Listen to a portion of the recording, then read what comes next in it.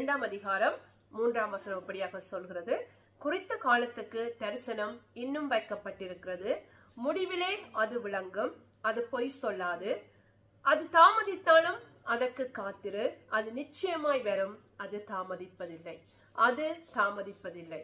எனக்கு பிரியமானவர்கள், என் ஆண்டவர் என்ன சொல்கிறார் என்று சொன்னார், அது தாமதித்தாலும் அதற்கு காத்திரு, அது தாமதிப்பதில்லை.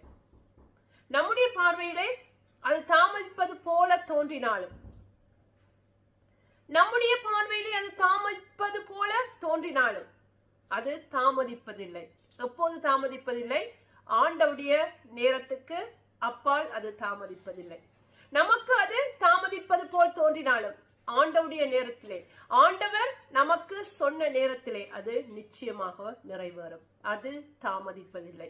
ஆண்டவர் குறித்த நேரத்திலே அது நிறைவேறும். நமக்கு சில வேளைகளிலே ஆண்டவர் சொன்ன காரியம் தாமதிப்பது போல தோன்றினாலும் ஆண்டவருடைய நேரத்திலே அது நிச்சயமாக நடைபெறும்.